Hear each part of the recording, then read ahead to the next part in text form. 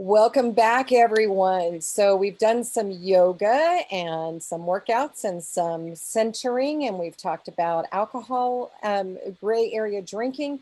And now we're going to shift another new direction, and that is to talk about tools that you can use to fortify defenses against viruses. And it's actually, the title is 3 Powerful Tools. And with me today is Karen Radke with Integral Health Solutions. So Karen, it is yours, and take it away. All right. Thank you, Denise, for inviting me. I'm very excited to get this message out there. When you watch the news, there's so much doom and gloom about the coronavirus, and sad to say people still dying, but the message I'm trying very hard to get out there through my company, Integral Health Solutions, is that there are many powerful tools you can use to protect yourself. So that's what we're going to talk about today, is 3 very powerful tools to help boost your immune system to fight off not only the coronavirus, but any viruses or colds. That it's cold and flu season. So anything you do now to boost your immune system really protects you from all 3 of those. So the 3, there are many, but the 3 I'm going to focus in on today are: number 1, sleep, and then number 2 is vitamin D, and number 3 is vitamin C. But before we dive into those, I want to just say a few words about that people aren't aware of, I don't think, about this whole COVID thing. I think by now we've heard the CDC messaging. You have to wear a mask and you have to stay socially distanced. And if you're sick and you haven't had a COVID test, please stay home so you're not infecting other people. But I wanted to share with you, I love this. It's called the Swiss cheese model of how it is spread. And I hope that it shows up well. I did not dream this up. It actually came from the New York Times. It was published about 5 weeks ago. Again, it's called the Swiss cheese model. And it has to do with our shared and our personal responsibility. And it's just like slices of Swiss cheese, that if you do all of these things, if you wear your mask, if you stay socially distanced, if you stay home when you're sick, and then when it's time for you to have your vaccine, these are all areas where we can help stop the spread of COVID. So I think as people living in this country right now, we have a personal responsibility to help all our neighbors and friends to stop the spread of this virus, which is deadly and is affecting so many of us. I know in my own life personally, there are several friends, relatives who have either a sister or a brother-in-law who've passed away from it. So it's a nasty little virus, and everything we can do to protect ourselves is very important. I also wanted to share one more thing with you before we dive into these 3 strategies, and that is a very important report that was published in August from the CDC. And this number actually shocked me. I think now, sad to say, we are close to 400,000 deaths in this country. But of that number, only 6% of people actually die from the virus. That was astounding to me. So that means a whopping 94% are dying from comorbidities, are dying from the other conditions that are underlying them having been infected with COVID.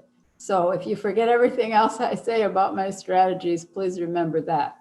The take-home message from that part is this, that if you do have any type of underlying condition, if you know your immune system is maybe not as strong as it should be, or you have heart disease or diabetes, it's so important that those issues are controlled, because that then helps to diminish the impact that COVID would have on you should you become infected. So let's dive in now and talk about those 3 strategies that I promised we were going to talk about. Number 1 is sleep. I'm not sure why it is. I think we are a nation of overachievers, that so many people think they can skimp on their sleep. I know I had a client about 4 or 5 years ago who had several underlying medical conditions. He had a lot of arthritis. He was working in construction and just was really having a terrible time.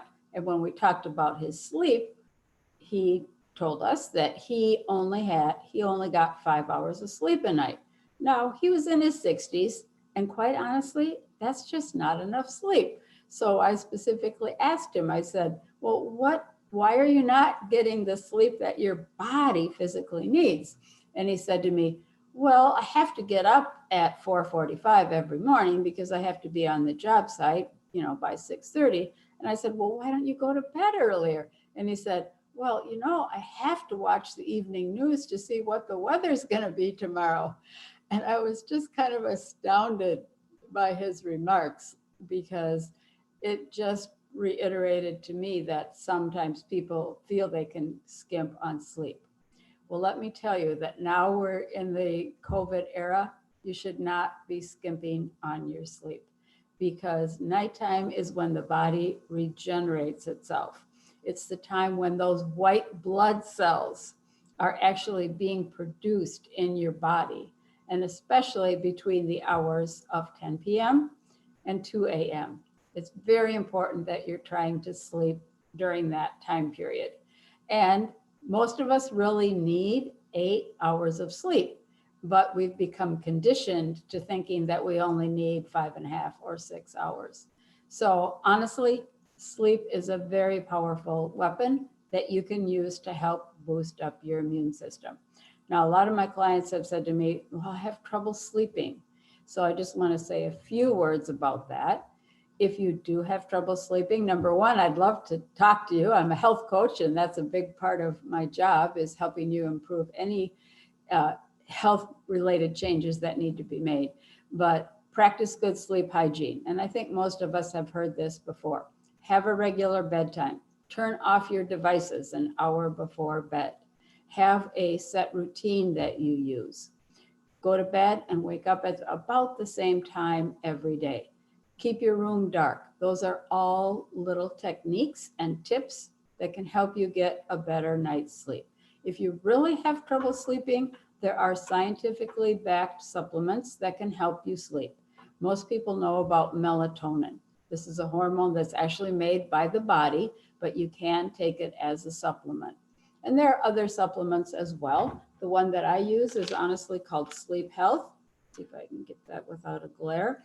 And I try not to promote any company over another. That's why the name is blocked out. But it has valerian and hops in it. And I don't usually have trouble sleeping, but on the occasion that I do, I use that.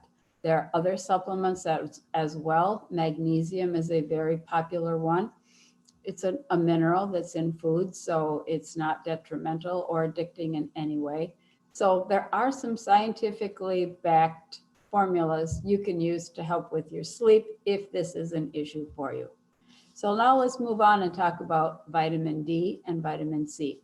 I'm going to talk first about vitamin D because that is the vitamin that has been the best researched as a weapon to strengthen your immune system.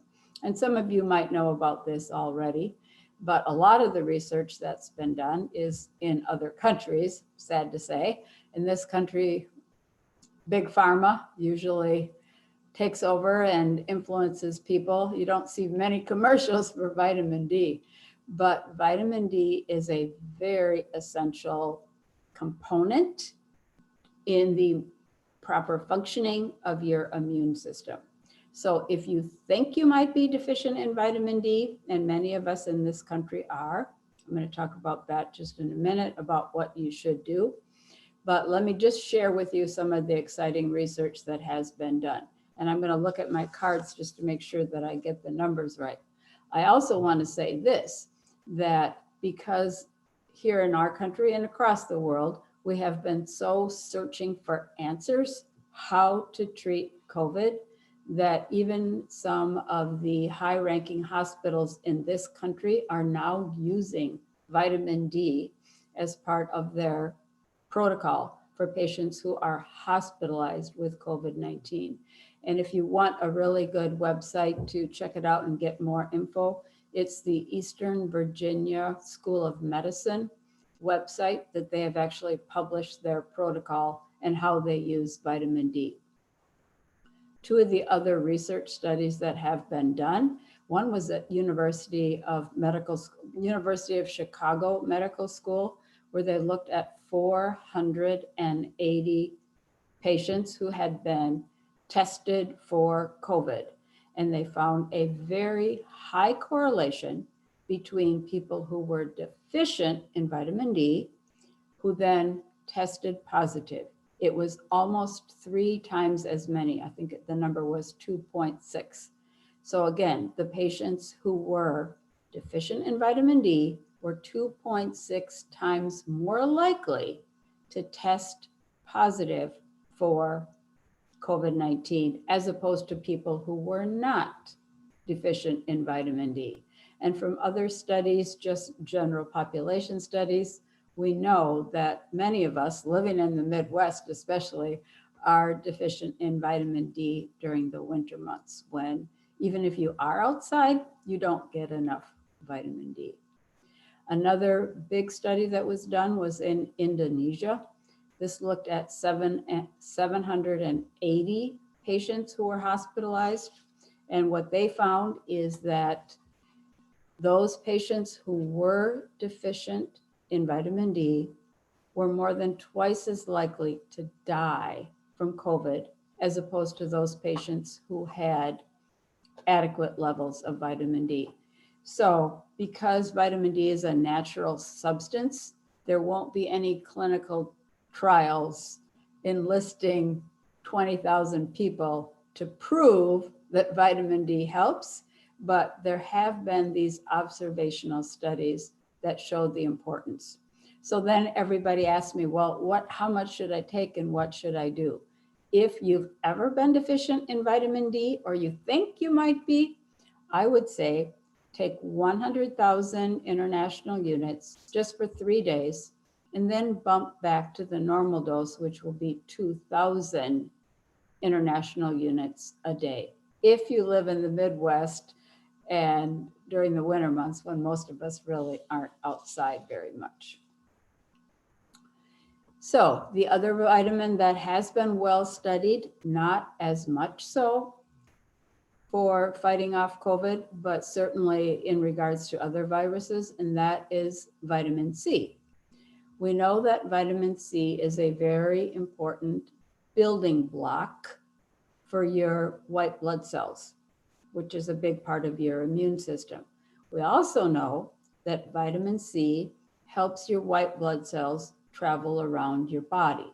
And there has been some significant research about using vitamin C to fight off any type of respiratory viruses. I have not found any research studies that specifically have looked at vitamin C for fighting off COVID. But I will add this, that the Eastern Virginia School of Medicine protocol includes both vitamin D and vitamin C in their COVID protocol. So again, check out their website if you want more information about that. I myself personally increased my vitamin C up to 1,000 milligrams a day. Most people can tolerate that. If you go higher than that, sometimes it gives you GI issues, but vitamin C up to 1,000 milligrams a day has been shown to definitely help in fighting off any type of a respiratory virus. So those are my 3 main strategies that I would recommend to you to help build up your physical health and build up your immune system to fight off any type of virus, and including the coronavirus. Getting enough sleep, you need 8 hours at night.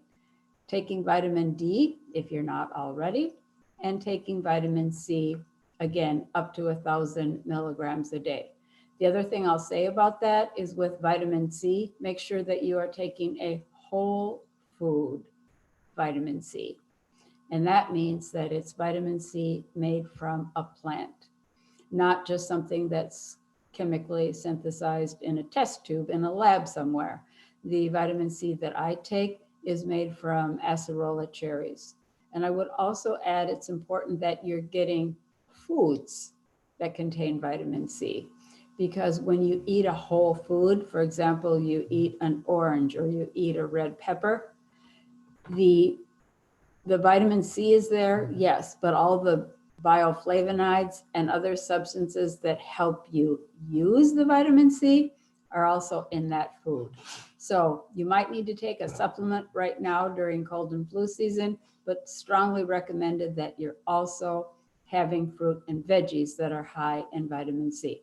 So again, those are my 3 strategies: sleep, vitamin D, and vitamin C. I'd love to speak with any of you. I do have my store set up in the You Define Wellness website, and I'm offering a special 3-session online, 3-session health coaching package right now to help build up your immunity. So that's there through the You Define Wellness website.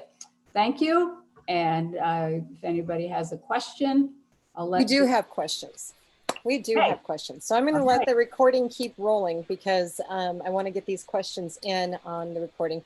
And I do apologize if you guys hear my dog because, of course, we're working from home and she's going crazy upstairs. So a couple of questions. Number 1, vitamin D.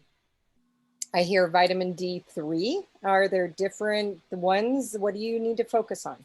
There are, I would say, most supplement, vitamin D3 is ideal.